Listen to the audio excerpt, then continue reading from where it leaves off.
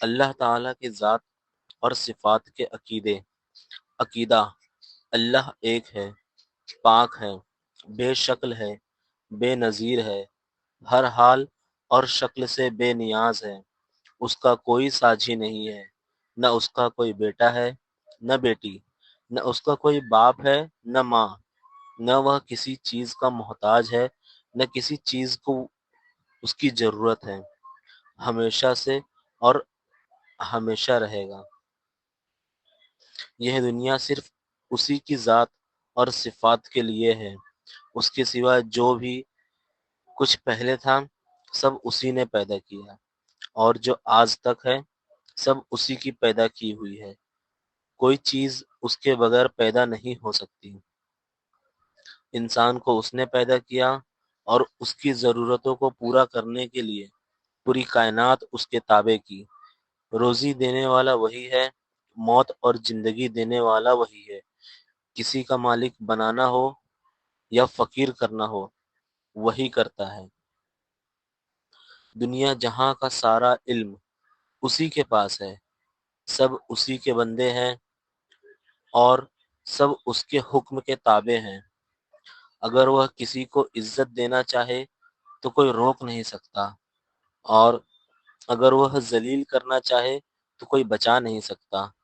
عزت، دولت، امیری، غریبی سب اسی کے قابو میں ہے۔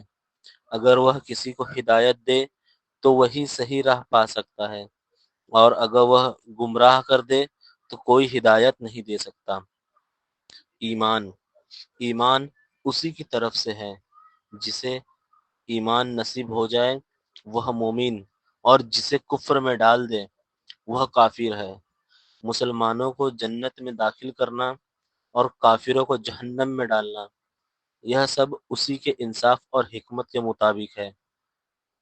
نبی اور رسول، جس طرح اللہ تعالیٰ کی ذات اور صفتوں کا جاننا ضروری ہے، اسی طرح یہ بھی جاننا ضروری ہے کہ نبی میں کیا فائدے ہیں اور کیا فائدے نہیں ہوتے ہیں، تاکہ آدمی کفر سے بچا رہے۔ رسول کے معنی ہے خدا کے پاس سے بندوں کے پاس خدا کا پیغام لانے والا۔ نبی کون ہوتا ہے؟ نبی وہ آدمی ہے جس کے پاس خدا کا پیغام آیا، لوگوں کو خدا کا راستہ دکھانے کے لیے، چاہے یہ پیغام فرشتے کے ذریعے آیا ہو یا خدا نے سیدھے نبی کو دیا ہو، تو وہ شخص نبی کہلاتا ہے۔ نبی اور کوئی نہیں ہوتے، نہ کوئی عورت نبی ہو سکتی ہے نہ کوئی جن۔ نبی صرف وہی ہوتا ہے جسے اللہ تعالیٰ کی رحمت سے نبوت حاصل ہو۔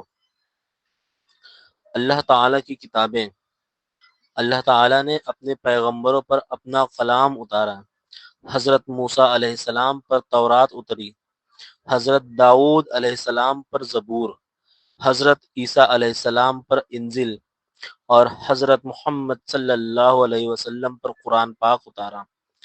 ان نبیوں کی امتوں نے ان کتابوں کو بگاڑ دیا اور اللہ کے احکام کو بدل ڈالا، لیکن ہمارے آقا حضرت محمد صلی اللہ علیہ وسلم پر جو قرآن پاک اتارا گیا وہ ایسی بے مثال کتاب ہے کہ اس کی جیسی دوسری کوئی کتاب بنائی ہی نہیں جا سکتی۔ چاہے دنیا کے تمام لوگ مل کر کوشش کریں، وہ ایسی کتاب نہیں بنا سکتے۔ قرآن میں سارے علم موجود ہے اور ہر چیز کو روشن بیان کیا گیا ہے۔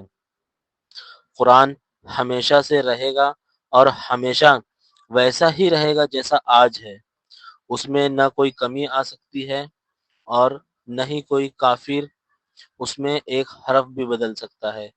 جو شخص یہ کہے کہ قرآن پاک میں کچھ گھٹایا بڑھایا گیا ہے وہ کافر ہے۔ اصلی قرآن وہی ہے جو امام غائب کے پاس ہے۔ ملائکہ یعنی فرشتوں کا بیان۔ فرشتے نوری جسم کی مخلوق ہے جس کو اللہ تعالیٰ نے یہ طاقت دی ہے کہ جو چاہے بن جائیں، انسان کی شکل ہو یا کوئی اور۔ فرشتے اللہ تعالیٰ کے حکم کے خلاف کچھ نہیں کرتے، نہ جان بوجھ کر نہ بھول کر۔ اسی لیے وہ معصوم ہیں، ہر قسم کے گناہ صغیرہ و کبیرہ سے پاک ہیں۔ اللہ تعالی نے بہت سے کام فرشتوں کے سپرد کیے ہیں۔ کوئی فرشتہ جان نکالنے پر مقرر ہے، کوئی ماں کے پیٹ میں بچے کی صورت بنانے پر، کوئی اعمال لکھنے پر، کوئی کسی کام پر۔ کوئی فرشتے عورت نہیں ہے نہ مرد، ان کو مردانہ یا زنانہ جاننا خالق کا انکار یعنی کفر ہے۔ کسی فرشتے کی ذرا سی بھی توہین کرنا کفر ہے۔ کچھ لوگ اپنے دشمن کو یا سخت آدمی کو ملک الموت کہتے ہیں۔ ایسا کہنا جائز نہیں ہے، کیونکہ ملک الموت فرشتہ ہے۔ فرشتوں کے وجود کا انکار، یہ کہنا کہ فرشتے نیکی کی قوت ہے اور اس کے سوا کچھ نہیں، یہ دونوں باتیں کفر ہے۔ جن کا بیان، جن آگ سے پیدا کیے گئے ہیں، ان میں اللہ تعالی نے یہ طاقت دی ہے کہ جو شکل چاہے بنا لیں۔ شرارتی اور بدکار جن کو شیطان کہتے ہیں، یہ انسان کی طرح عقل اور روح اور جسم والے ہوتے ہیں، کھاتے پیتے ہیں، جیتے مرتے ہیں اور اولاد والے ہوتے ہیں۔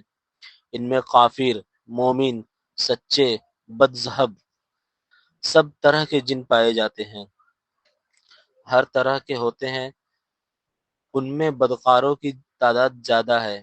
جن کے وجود کا انکار کرنا یا یہ کہنا کہ جن اور شیطان بری طاقت کا نام ہے، کفر ہے۔ موت اور قبر کا بیان، ہر شخص کی عمر مقرر ہے، اس سے گھٹ بڑھ نہیں سکتی۔ جب زندگی کا وقت پورا ہو جاتا ہے تو حضرت عزرائیل علیہ السلام روح نکالنے کے لیے آتے ہیں۔ اس وقت مرنے والے کو آخرت کا جہان تک نظر آنے لگ جاتا ہے۔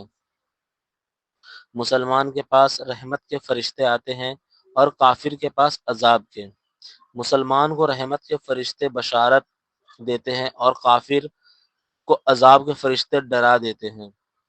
اس وقت اگر کوئی کافر اسلام قبول کرنے کی کوشش کرے تو اس کا ایمان قابل قبول نہیں ہوتا، کیونکہ ایمان لانے کے لیے اللہ اور اس کے رسول پر پہلے سے یقین کرنا ضروری ہے۔ جب موت کا وقت آ جاتا ہے اور فرشتوں کو دیکھ کر ایمان لانے لگے تو ایسا ایمان نفع نہیں دیتا۔ مسلمان کی روح آسانی سے نکل جاتی ہے اور کافر کی روح سختی اور تکلیف سے نکلتی ہے۔ مسلمان کی روح رحمت کے فرشتے عزت سے لے جاتے ہیں اور کافر کی روح عذاب کے فرشتے بڑی ذلت کے ساتھ لے جاتے ہیں۔ مرنے کے بعد روح کا دوسرے بدن میں جا کر پیدا ہونا یا دوسرا بدن بنا لینا، یہ عقیدہ غلط ہے۔ روح ایک ہی جسم میں رہتی ہے، قیامت آنے تک عالم برزخ میں رہتی ہے۔ عقیدہ، یہ خیال کہ روح کسی اور بدن میں چلی جاتی ہے یا آدمی کا بدن ہو کر لوٹ آتا ہے، غلط ہے۔ اسے تناسخ و آواگمن کہتے ہیں اور یہ کفر ہے۔ اکثر عورتوں کو جہنم میں لے جانے والا عمل، رسول اللہ صلی اللہ علیہ وسلم نے فرمایا، میں نے اہل دوزخ میں زیادہ تر عورتوں کی تعداد دیکھی۔ لوگوں نے عرض کیا، اللہ کے رسول صلی اللہ علیہ وسلم، اس کی کیا وجہ ہے؟ آپ صلی اللہ علیہ وسلم نے فرمایا، اس کی وجہ ان کی ناشکری ہے۔ عرض کیا گیا، کیا وہ اللہ کی ناشکری کرتی ہیں؟ آپ صلی اللہ علیہ وسلم نے فرمایا، نہیں، بلکہ وہ اپنے خاوند کی ناشکری کرتی ہیں اور ان کے احسان کو نہیں مانتی۔ اگر کسی عورت نے اپنے خاوند کے ساتھ تمام عمر نیکی اور احسان کیا ہو، پھر کبھی تم سے کوئی ناخوشگوار بات دیکھ لیں تو فوراً کہہ دیتی ہے، میں نے تجھ سے کبھی کوئی بھلائی نہیں دیکھی تھی۔ حشر میں کس کی گردن جانور پچلے گی؟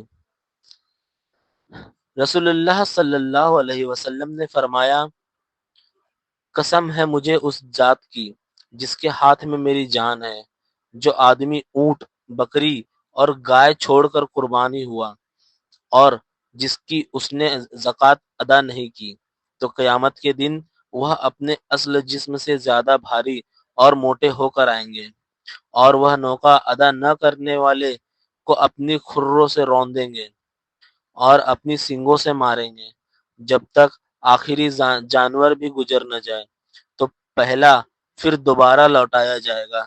یہ سلسلہ سب لوگوں کے حساب کتاب ہونے تک جاری رہے گا۔ پتھروں کی بارش جیسے واقعات کیوں ہوتے ہیں؟ رسول اللہ صلی اللہ علیہ وسلم نے فرمایا، اس امت میں زمین کے دھسنے، شکلیں بدلنے اور پتھروں کی بارش ہونے جیسے واقعات بھی ہوں گے۔ پوچھا گیا، اللہ کے رسول صلی اللہ علیہ وسلم ایسا کب ہوگا؟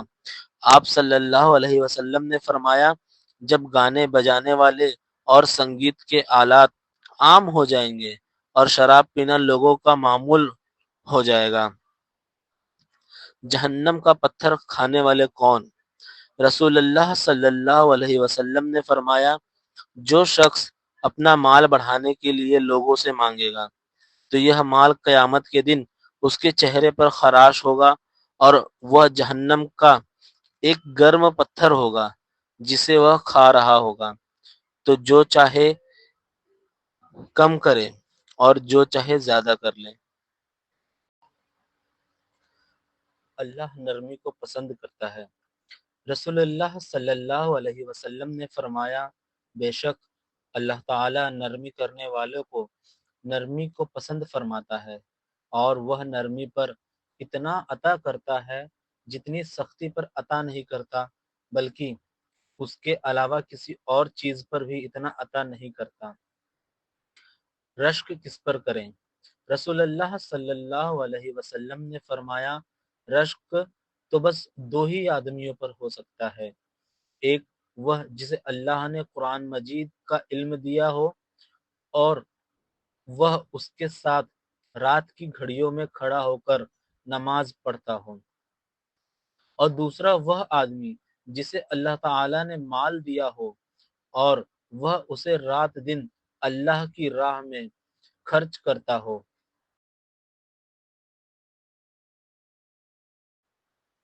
شہید 5 قسم کے ہوتے ہیں۔ نبی کریم صلی اللہ علیہ وسلم نے فرمایا، شہید 5 قسم کے ہوتے ہیں: 1 طاعون مہاماری میں ہلاک ہونے والا، 2 پیٹ کی بیماری میں ہلاک ہونے والا، 3 ڈوب کر مرنے والا، 4 دب کر مر جانے والا، 5 اللہ کے راستے میں شہادت پانے والا۔ فتنوں کے زمانے میں سب سے پہلے اپنی اصلاح کریں۔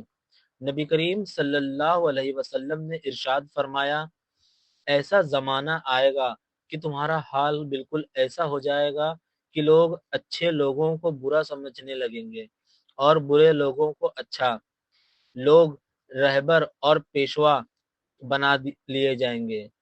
اس وقت تمہارے پاس عہد ہوں گے لیکن تم انہیں توڑ دو گے، اور تم ایک دوسرے کے ساتھ ایسے حالات میں رہو گے کہ دل الگ الگ ہو جائیں گے، لیکن تم نمازیں ایک ساتھ پڑھو گے۔ حضرت انس رضی اللہ عنہ بیان کرتے ہیں کہ یہ سن کر صحابہ کرام نے عرض کیا، یا رسول اللہ صلی اللہ علیہ وسلم، جب ایسا زمانہ آ جائے تو ہم کیا کریں؟ رسول اللہ صلی اللہ علیہ وسلم نے ارشاد فرمایا، جو باتیں تمہیں معلوم ہے انہی پر عمل کرو، برائیوں کو چھوڑ دو اور اپنی خاص اصلاح کی طرف دھیان دو، اور عام لوگوں کو چھوڑ دو۔ جنت میں یہ چیزیں نہیں ہوں گی۔ رسول اللہ صلی اللہ علیہ وسلم نے فرمایا، جنتی جنت میں کھائیں گے اور پیئیں گے، لیکن وہاں انہیں پیشاب، پیخانہ، تھوک یا ناک کی گندگی نہیں ہوگی، بلکہ ان کی ڈقار کستوری خوشبودار ہوگی، ان کی سانس اللہ کی تسبیح ہوگی، اللہ تعالی کی حمد ان کے لیے ایسے ہوگی جیسے سانس لینا تمہارے لیے آسان ہے۔ آدمی دنیا کے پیچھے، مگر دنیا کس کے پیچھے؟ حضرت انس بن مالک رضی اللہ عنہ کہتے ہیں، رسول اللہ صلی اللہ علیہ وسلم نے فرمایا، جس شخص کا مقصد زندگی آخرت ہو، اللہ تعالیٰ اس کے دل میں استغنا پیدا کر دیتا ہے اور اسے جمہی اور بے قراری عطا کرتا ہے۔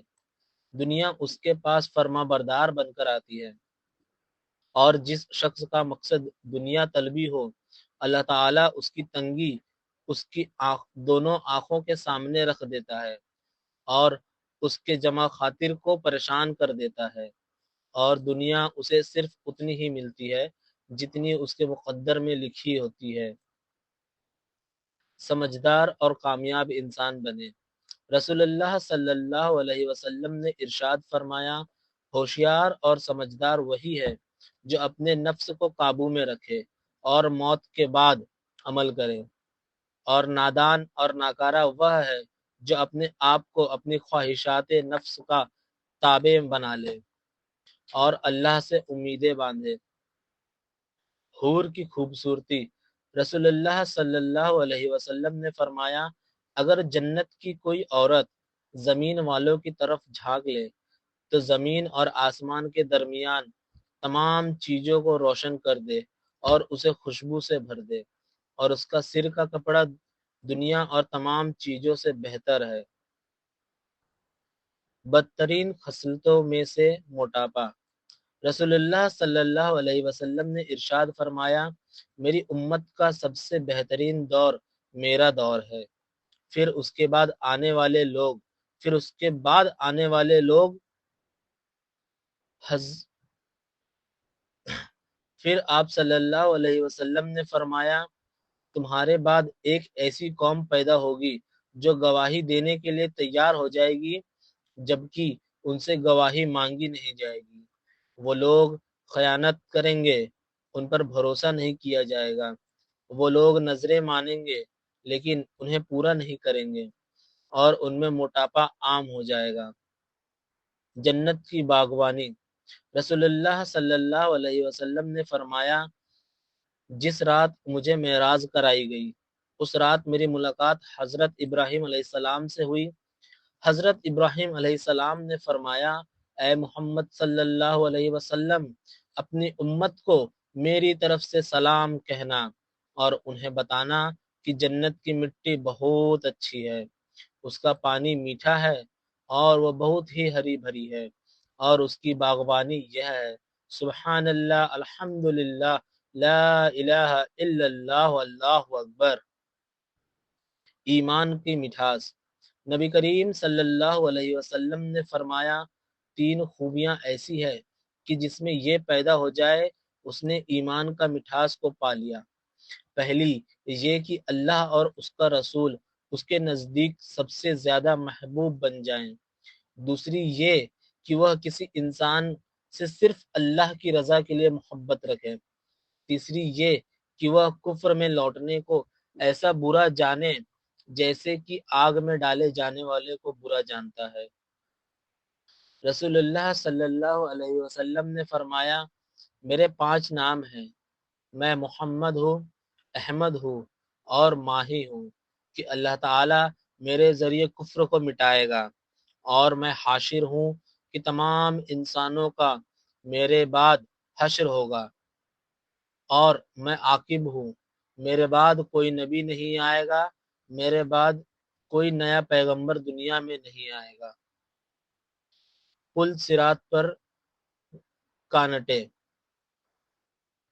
نبی کریم صلی اللہ علیہ وسلم نے فرمایا، ہر ایک آدمی کو چاہے وہ منافق ہو یا مومن ایک نور ملے گا، لوگ اس نور کے ساتھ ہوں گے اور جہنم کے پل پر آ کر اٹکیں گے اور کانٹے ہوں گے، وہ پکڑ لیں گے جن کو اللہ چاہے گا، اس کے بعد منافقوں کا نور بجھ جائے گا اور مومن نجات پائیں گے۔